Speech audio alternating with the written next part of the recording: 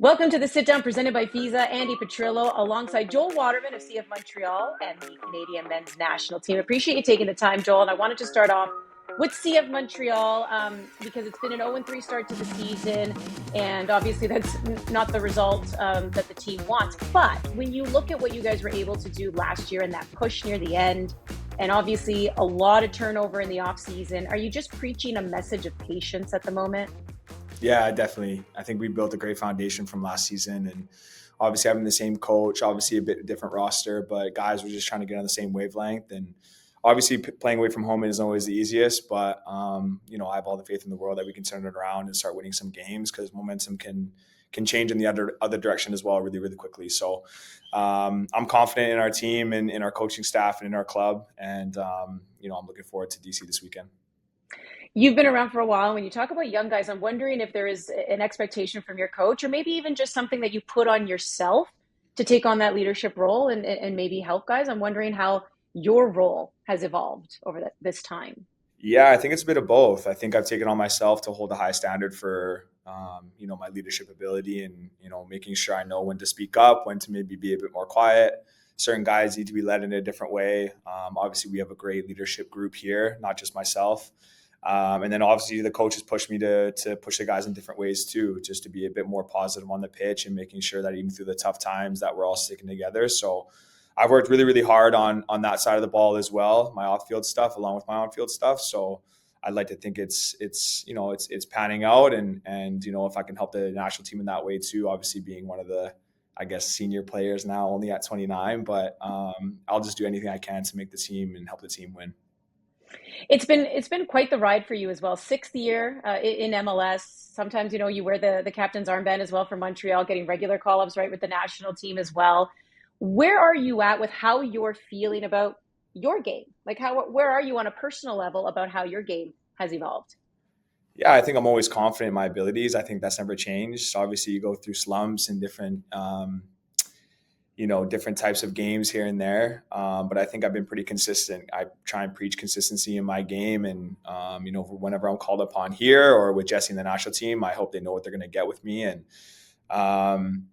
that's just how I've kind of improved and kind of saw this thing through. And just being obviously my sixth season, like you said, it's kind of crazy to even say that. But I think consistency gets you to those years. And that's what I've tried to preach. That's what my dad's preached since I was a young kid. Just be consistent, be a good teammate, always trying to compete. And I've tried to do those things, and it's put me in a good position. Well, speaking of consistency, when it comes to the national team, Canada has definitely established themselves as perennial contenders, and now here in CONCACAF Nations League in the Final Four once again. Yeah. What type of opportunity do you see this presenting to the team in once again being in this really prestigious position to compete for a trophy? Yeah, I think it's a couple of things. I think it's one, winning trophies. I think we want to win competitions. We're all winners. We love to compete. I know Jesse loves to win. He loves to compete. But then it's also building that foundation towards 26. We know it's really important to keep building our squad, the depth of our squad, our tactics, and just hitting new levels this year. I think hitting new levels in training camp, hitting new levels in competition play. Obviously, the Mexico game is not going to be easy. It's been like playing away. But going into those environments and succeeding and getting victories and also hoisting some trophies is kind of what our aim is. Is the expectation, I mean, obviously you're competitors and it goes without saying, how do you want this game to go? Oh, we want to win.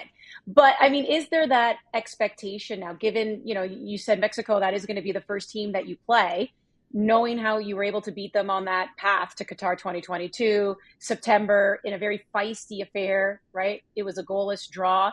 Just where is the team's expectation that they can win it all? I think it's as high as ever. I think, you look at the team that we put together and guys even left off the squad. I mean, I can't even believe the depth that we have now in this country. And, we're also interchangeable. And obviously we have some star players. We have guys playing in so many different leagues across the world now. And it's just been amazing to see everyone's success, and then bringing that together with the national team. Obviously, you've heard us speak about the brotherhood and how much we love being together. And the expectations are massive. I think, we love expectation. We love that pressure. We love playing under that pressure. And, Jesse's preaching in camps prior to this year is going to be another step up, and then obviously another step up towards the World Cup. So I think we're just trying to get better every day and just making sure we hit our stride right at the right time when the 2026 World Cup comes around. When you're sitting in that locker room, when you are with the national team and you're looking around and you're seeing the kind of talent that is there, just what are you thinking to yourself?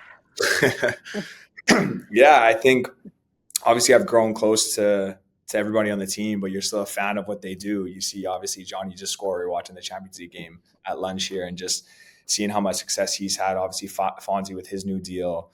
You got Derek Moyes playing in Liga, and you got other guys obviously playing around the world. And it's just you're fans of these guys. You're obviously really good friends, but you're fans of these guys and what they do and what they've done for football already in this country and what they're going to continue to do. It's amazing to see, and you just try and soak up every moment of it, learn from them, and obviously bring your own abilities and your own confidence to the team and how you can help as well. And it's just fun. It's just so much fun being around those guys. Well, you mentioned the eye obviously is towards the 2026 World Cup, and it's also about creating depth, and we're looking at all these different positions as well, where Canada can have depth. And right now, we're looking at the center back position, and you're part of that, and you're contributing to the team's success in that position. But one name that kind of came up, and now everyone's talking about him, right, is Moise Bombito. And as a fellow center back, what does stand out about what he's able to do in that position? Yeah, tons of things. Obviously, his athleticism, his speed. But I think what goes underrated is on the ball stuff too. I think he can pass the ball so well, and even at a young age, obviously looking at his path going from Colorado to here, and even before that going to school, and he's an inspiration to kids here in Montreal as well. And there's so many facets of his game that I know he still wants to improve in, and we haven't seen the finished product even close to it yet. So he's been fantastic for us, and he's going to continue to do so as well. And obviously, it's my job to obviously push for that position and keep him sharp too, and just make sure we're all a center back union and making sure that we all make each other better every day in training, and that's the goal. So how has that also changed, right? Because you're right. I mean, you're all there supporting each other, but at the end of the day, you're competing for positions. But how does that make you better when you come into camp and there is the quality that is around you? What have you noticed that's improved in your game, in your sharpness because of that? Yeah, I think first and foremost, trusting my athleticism. That was the one thing that Jesse and I talked about.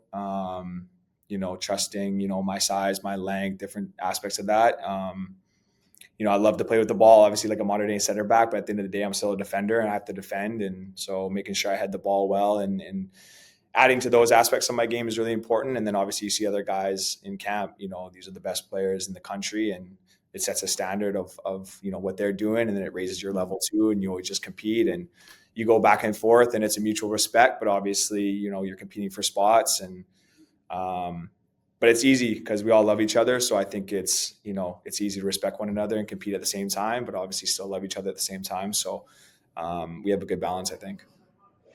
I'm sure it was music to your ears when Jesse Marsh first took over and said, we're going to focus on the defensive part of the game. The scoring will come later. You're probably like, yay! Yeah. And no long balls, no rushes. Everyone's going to Yeah. get back and play defense. Yes. So how have you seen, like, whether it's that back line in particular or just the defensive structure as a whole with Canada, how have you seen that improve under Jesse Marsh?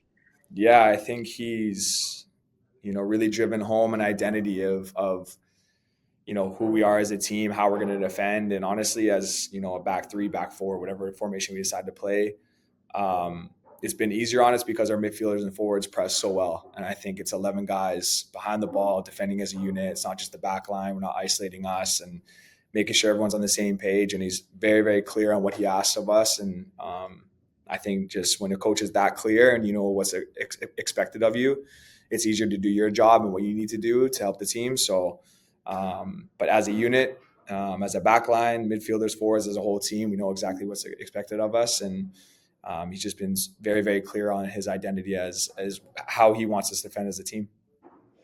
Playing for the national team, I think it goes without saying, you guys are full of pride for the Maple Leaf. But hearing Jesse Marsh say what he had to say about kind of the ongoing off the pitch stuff, and really just talking about being just a true Canadian and loving this country, how did you react to that when you heard that?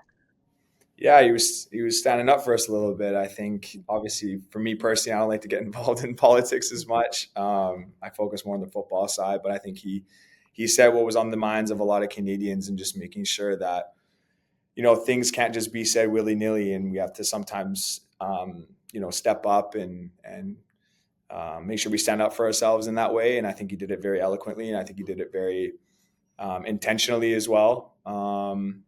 So yeah, we honestly thank him for doing that. And then I just hope we can kind of get back to the football and what the football means instead of all that other stuff. But I think it needed to be said, and he did it really, really well.